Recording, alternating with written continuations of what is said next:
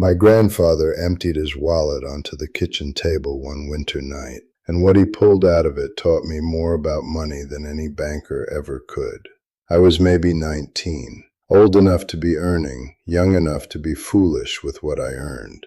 I had come to him because I was always short, always running thin by the end of the month, no matter how hard I worked the fields or how many fence posts I sank. And I remember the lamp was low, and the wood stove was ticking the way it does as it cools, and he reached into his coat, took out that cracked leather wallet he'd carried for 30 years, and he turned it upside down. He didn't say a word at first. He just spread it all out. And then he looked at me and he said, "A man's wallet tells you everything about why he stays poor, not how much is in it, what he chooses to carry in it." I have never forgotten that.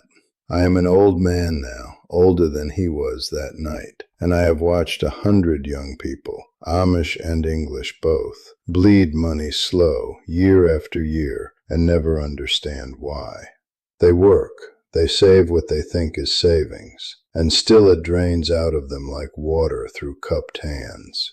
And nearly every time, I can tell you exactly where the leak is. It's in the wallet. It's in the 3 things they carry that they should never carry. So sit with me a while. Let me tell you what my grandfather told me. Because there are 3 things you keep in your wallet right now, today, that are quietly making you poorer every single day you carry them, and you don't even feel it happening. That's the danger. A wound that bleeds slow doesn't frighten a man, but it kills him just the same. I have buried friends who worked harder than any man I ever knew and died with nothing. Not because they were lazy, not because they were unlucky, but because they carried these 3 things their whole lives and never once turned their wallet upside down to look. They mistook motion for progress. They thought that because they were always working, they must be always gaining. But a bucket with a hole in the bottom does not fill no matter how fast you pour. And I tell you, most people are pouring their whole lives into a bucket they have never once thought to check for holes. Tonight I am asking you to check. That is all. Just to look. Let me start with the first. The first thing you must never keep in your wallet is a card you can spend without thinking. Now, we are plain people, and most of us don't carry the cards the English carry. But I have sat with enough English neighbors and watched enough young folk leave the community and come back broken to know exactly what these little cards do to a person. My grandfather called money you cannot see ghost money, money that isn't there, that you spend anyway, and that comes back later wearing the face of a debt. Here is what he understood that most people never will. The hand and the heart are connected by a short rope. When you pay with real money, with bills you counted out and folded into that wallet, your heart feels it leave. There is a small grief in it, a little sting, and that sting is not your enemy. That sting is your friend. That sting is the oldest accountant God ever made, and he sits right there in your chest, and he keeps your books honest. But when you pay with the ghost money, the card, the tap, the number that floats out into the air, the rope is cut. The hand spends and the heart feels nothing. And a man who feels nothing when his money leaves him will spend until there is nothing left to feel. I watched a young man named Samuel learn this. He had left us for a few years, gone to work in the city, and he came back to visit his mother one autumn. And he told me, almost laughing, that he could not understand where his wages went. He made 4 times what any of us made, 4 times, and he had less than I did. He carried 3 of those cards, and he told me he never once counted what he spent. "It just happens, Amos," he said. "It just goes. It just goes." That is the sound of a man bleeding and calling it weather. There was an old farmer near us, English, name of Harold, who told me once that he had stopped using those cards entirely after his wife passed. He went back to paper money for everything, the way his own father had. And he said to me, "Amos, the strangest thing happened. I started having money again. I didn't earn $1 more. I didn't work an hour harder. I just started feeling it leave, and the feeling made me stop. That was all it took. He let the sting come back, and the sting did his thinking for him. He told me he wept the first month, not from sorrow, but from shock at how much he had been letting slip without ever once feeling it go. That is what the ghost money steals from you. Not just the dollars. It steals the feeling that would have saved the dollars. It numbs the very nerve that God gave you to protect yourself. A man who cannot feel the cold will freeze to death smiling, and a man who cannot feel his money leave will spend himself into the ground and never know he is digging. So the first rule is this: if you must carry such a card, carry it where it is hard to reach, and carry real folded money in the easy place. Make spending the ghost money a labor. Make spending the real money the simple thing. Because what is easy a man does often, and what is a labor a man does only when he must. Arrange your wallet so that the painful, honest way of paying is the easy one, and watch how quickly the bleeding slows. My grandfather kept his bills folded a particular way, the large ones folded twice over, so that to spend one he had to stop, unfold it, and look at it full in the face. He said no man should be able to part with a large sum without first being made to look it in the eye, a small ceremony, a moment of respect. And in that moment, more often than not, he would fold it back up and decide the thing could wait. That is the first thing. Now let me tell you the second, because the second is the one almost no one suspects. The second thing you must never keep in your wallet is a receipt you have not read. You laugh. You think, a little slip of paper, what harm? But hear me. My grandfather kept every receipt for 1 week, no longer, and every Sunday evening before rest he would take them out and read them, every one, slow, like scripture. And I asked him once why a grown man would bother reading paper for things already bought and gone. And he said, because the things already bought and gone are the only teacher I cannot argue with. Think on that. A man can lie to himself about the future. I'll be careful next month. I don't really spend much. We are all wonderful liars when we speak of tomorrow. But a receipt is yesterday, written down and signed. A receipt cannot be argued with. It does not care what you meant to do. It only says what you did. When you carry receipts you never read,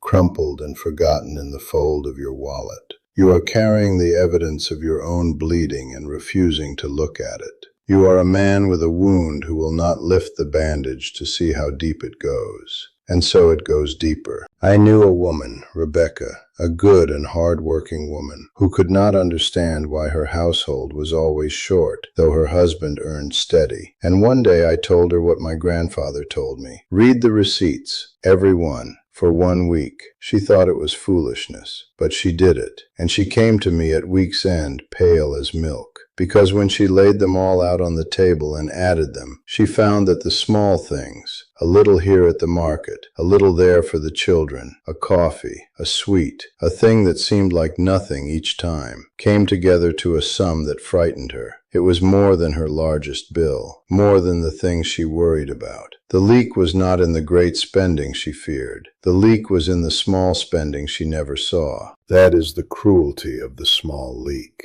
The big expense a man braces for. He frets over it, he plans for it, he respects it. It does him little harm because he is watching it. It is the small, unwatched spending, the dollar here, the dollar there, the thing too small to write down, that drowns a household. A man does not drown in the deep water he fears. He drowns in the shallow water he ignored, because it only came to his ankles. So read your receipts. Carry them only long enough to learn from them, then be done with them. A wallet stuffed with unread receipts is a confession a man is too proud to read aloud. And pride, my grandfather said, is the most expensive thing a poor man owns. And I will tell you something else about Rebecca, because her story did not end at the table. After she saw the sum that frightened her, she did not swear off the small things the way a foolish person swears off bread after a hard winter. She did something wiser. She kept reading, every week all that year. And a strange thing happened to her. She did not have to force herself to spend less. The reading did it for her, Because once a thing is written down and read aloud to yourself, it loses its power to hide. The small spending that had drowned her did so only because it lived in the dark. The moment she dragged it into the Sunday lamplight and made herself look at it, week after week, it shriveled like a root pulled from the soil. By the next harvest, her household was not short, it was steady, and she had not denied her children one single thing they truly needed. She had only stopped feeding the leak she could not see, by the simple act of choosing to see it. That is the whole secret of the receipt, and it is no secret at all. What you measure, you master. What you refuse to look at masters you. My grandfather did not read those slips because he loved arithmetic. He read them because he knew the human heart will deceive itself about money faster than about anything else under heaven. And the only cure for that deceit is the cold, honest record of what you actually did. Not what you meant, not what you intended, what you did. The receipt is the truth your wallet keeps even when you would rather lie. Now, the third thing. And of the three, this is the one that has cost more families more than the other two together. Lean in, because I am going to tell you the thing my grandfather saved for last that night. The thing that changed how I have lived every day since. The third thing you must never keep in your wallet is a picture of the man you are pretending to be. Now I will explain. Because this one is not a slip of paper or a plastic card. This one is heavier than both. When my grandfather turned his wallet out on the table that night, the last thing to fall was a small, worn photograph. It was him as a young man, standing beside a fine horse he had owned for one single year of his life. A beautiful animal, the best horse in 3 counties, and he had nearly ruined himself buying it. He told me that night that he had bought that horse not because he needed it, but because of the man he wanted the neighbors to think he was. A man of means, a man who had arrived. And he kept that photograph in his wallet for 40 years, not out of pride, but as a warning. This, he said, tapping it, is the most expensive picture I ever owned, because for 1 year I spent every dollar I had trying to look like the man in it, and the man in it was not me. He was a costume I could not afford. Here is the deepest thing he taught me, and I have never found it written in any book. Most people are not poor because of what things cost. They are poor because of who they are trying to look like. They do not buy the thing. They buy the story the thing tells about them. The fine buggy, the new tool they will use twice, the clothing finer than their station, the gift grander than the love behind it. None of it is bought for the thing itself. It is bought to be a picture of a richer, finer, more arrived version of themselves that they carry around in their hearts the way my grandfather carried that photograph. And you cannot fill an empty wallet while you are paying rent on an imaginary man. I have watched whole families bleed out chasing a picture. The husband who must have what the other husband has. The wife who cannot let the table look poorer than the neighbor's table. The young man who spends his first real wages dressing like wealth he has not earned, so that no one will guess he is only beginning.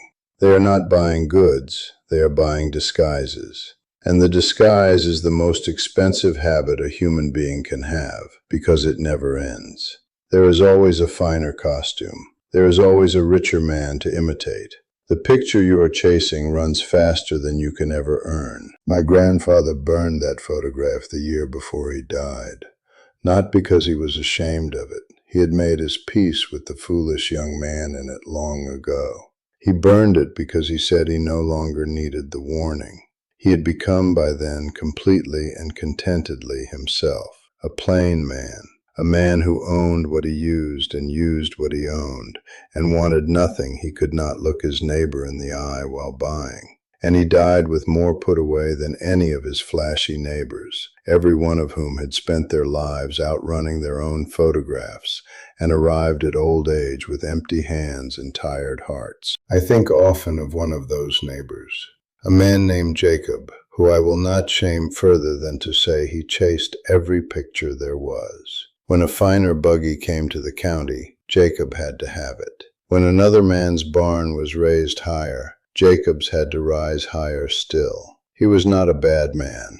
He was a hungry man, hungry for a feeling he thought the next purchase would finally give him, the feeling of having arrived, of being enough. But the picture he chased was painted on the far wall of a room with no end, and the faster he walked toward it, the faster it slid away. He worked himself gray, and near the end of his life he came to my grandfather, the two of them old men by then, and he asked him plainly, "Amos's father, how is it you have so much put by, and I, who earned more than you every year of my life, have so little?" And my grandfather told him the truth, gentle as he could. "Because you spent your life buying the man you wanted to be, and I spent mine being the man I already was.